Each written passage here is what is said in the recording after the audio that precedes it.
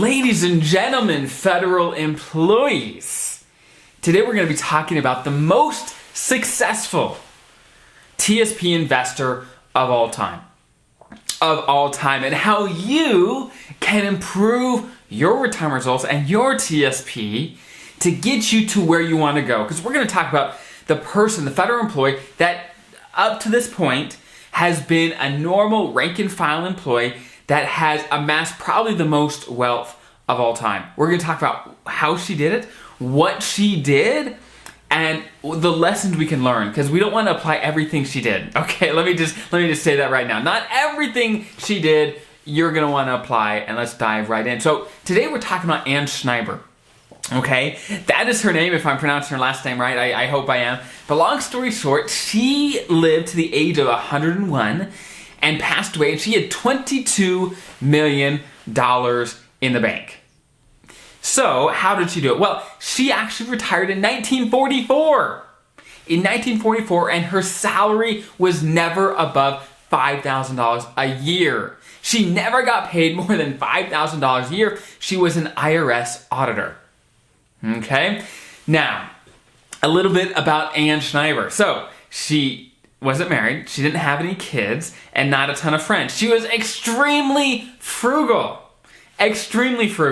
where she was able to, out of her small salary, she was able to save some, investing it, using the TSP and outside investment, and she kept doing that across her entire 101 years of life, at which point she left or died with $22 million. Now, people talk to, for example, her financial advisor, her broker, the people that helped her with these things, and they asked, like, okay, how did she use her money? And the answer is, she didn't. She lived off her pension when she retired. She never touched her investments in retirement at all. So, what can we learn from her? Well, the first thing we can learn is how incredibly powerful investing can be over the long term. How incredibly life-changing it can be. When you invest, whatever your salary, when you say, okay, I'm going to take some of this that I make and save it for my future self and my future family, because I want to make sure to take care of it. Let's invest that. Let's make it grow for me, because it's so crucial to have your money work just as hard, if not harder, than you do every single day in your job. That is the first lesson we can learn from Ann, of how incredibly powerful it is just to start investing. Maybe you think, oh, I don't make enough to make a difference. My salary's too small. No, that's not true. What can you do? Focus on that and do that. Lesson number 2. What are your financial goals? Is it to live to 101, no married, no kids, and to never touch your investments, and then to give all your money away? Is that your goal? For some of us it is. For others, not so much. That's why it's so crucial, whenever we talk about money, we have to connect it automatically right back to your goals. To your goals. And say, okay, what does that mean for you? What are you working towards? If I said, often, people want a great retirement. That's what people want. But if I told you, hey, you can have the retirement that you want, but you just can't live the way you want for the next 30 years until you retire. No one wants that either. No one wants that. So it's up to you, where, of course, we could get inspired by Ann's story, like, wow, she accumulated $22 million just off a small salary, by saving and investing. Awesome, that's incredible. Well, what do you want? What do you want? Do you want to enjoy some of your investments in your early retirement? Do you want to go on those trips you want? What about enjoying life now? What about doing things now? What about sending your kids to college? What about all the things that you want to do? Now, I'm not trying to not encourage you to save in the TSP in efforts to live now. That's not what I'm saying. I'm just saying you have to be crystal clear of what you're working towards, or you may get what you think you want. Maybe it's $1 million in your TSP. You may get there, but at what cost? Did you give up things that were actually really important to you because you're chasing that number? The number means nothing until we put it in context to your goals. And I've talked to a lot of people where they come to me like, man, I can't retire. I'm like, why can't you retire? What's going on? They said, no, I can't retire. I'm probably gonna have to work another 6, 7, 8, 10 years. I don't have $1 million in my TSP.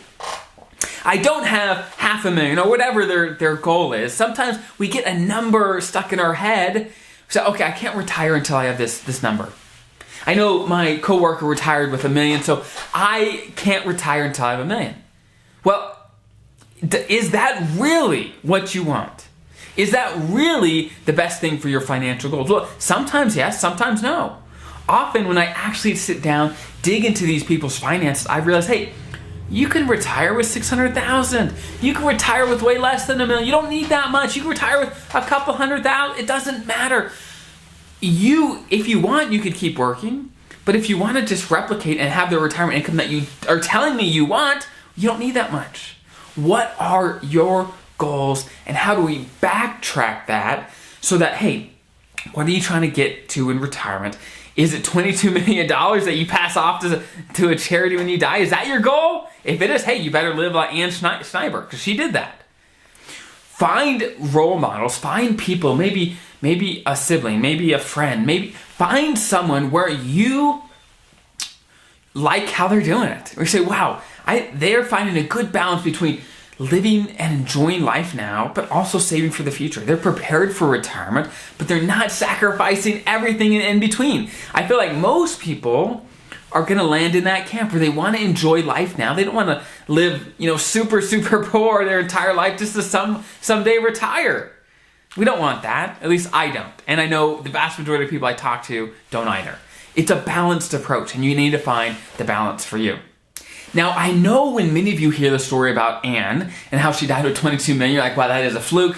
Maybe she got in at the perfect time. Maybe she was able to time the market perfectly. All these things. And I don't know. I don't know her investment strategy. I really, really don't know. But what we do know is actually in December of 2022, the largest TSP account that was in the TSP at that time was just over $10 million. There's 10 million some 100,000, right? So that's a big account. That is a big account. And so we know Ann Schneider, well, she certainly is an anomaly in many ways. People are still doing it. People are amassing massive amounts in the TSP. Now, the person with the 10 million, we don't know if they had a 401k at a previous job where their income was sky high and then they moved everything over to the TSP. We don't know the details.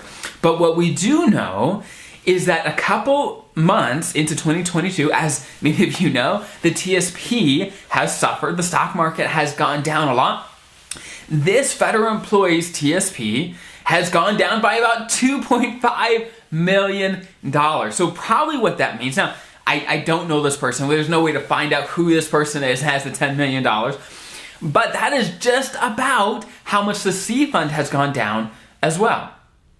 That amount, that percentage drop is how much the C fund had gone down during that time. So if I was a betting man, I'd say, hey, that person with the 10 million, they're invested in the C fund. That's my guess. Now, I could be wrong. I don't know the person. I haven't asked them, but it kind of adds up. It adds up. So I think it's crucial. Another lesson we could take away from Ann Schneider and the $10 million TSP account holder is you have to invest for the long term.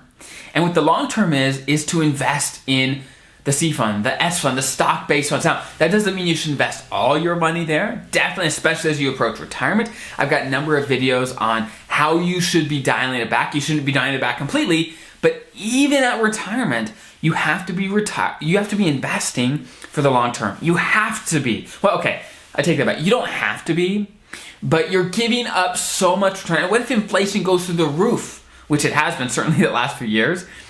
Then what does that do if you're only investing in the G fund, which hasn't been keeping up with inflation? Meaning your money in the TSP is actually losing buying power over time, and at over 30 years, that is devastating. Devastating. Now, I know when we hear these massive account balances like the 22 million or the 10 million, those numbers seem so out of reach. Now, let's take it back to 1 million. How many millionaires do we have in the TSP right now? Well, it's just around 100,000 people in the TSP that have $1 million or more. Now, certainly the market is fluctuating a lot right now, so that number is going to fluctuate quite a bit, but it's right about there. Now, that's still a minority. That is still a small amount of TSP account holders because there's millions and millions of people with TSP accounts. But you have to remember, okay, what are your goals? Is it 5 million, 1 million, 100,000? What is it for you? What is it for you, and what will it take for you to retire the way you want? Now, I know it's hard when you're working to say, okay, how much am I going to have in my TSP in retirement? I don't know, especially the last few months with the market dropping. I thought I knew what I'd kind of have, but wow, I have way less. I'm going to link a investment calculator below, and you can use that calculator to get just a general idea of how much money you might have in the TSP in retirement. Now, there's going to be a few inputs you got to put in. How much you have in your TSP right now. You got to put in how much you're putting into the TSP every year, and you got to put in how much growth rate you're going to assume. Now, it's hard to know. It depends how you're investing. Over the last 100 years, the C fund has averaged right around 10%, right? So if you want to be conservative, start with 6, 7, 8, 9, 10%, right in there, depending on how you're investing. Now, if you actually go to the TSP website, and for example, if you just Google the G fund average return, you can get tons of information and see how these different funds have performed over the last however long they've existed. Those will give you at least a start to what you potentially can expect, and you definitely don't want to expect the highest amount. You want to dial it back and be conservative in your planning, but at least that'll give you an idea of, okay, am I contributing enough? Am I doing the best I can? So use that calculator. That will certainly help. But at the end of the day, do the best you can. Do the best you can. Save as much as you can, and over time you would thank yourself for it over and over and over again. So I hope that was helpful. If there's any other comments and questions that you have about your TSP, getting the most out of your money and retiring confident as a federal employee, put in the comments below. Consider subscribing and join this incredible community of federal employees trying to get the most out of their money and their life and their retirement. So I hope that was helpful. Have an incredible rest of your day. I'll see you next time.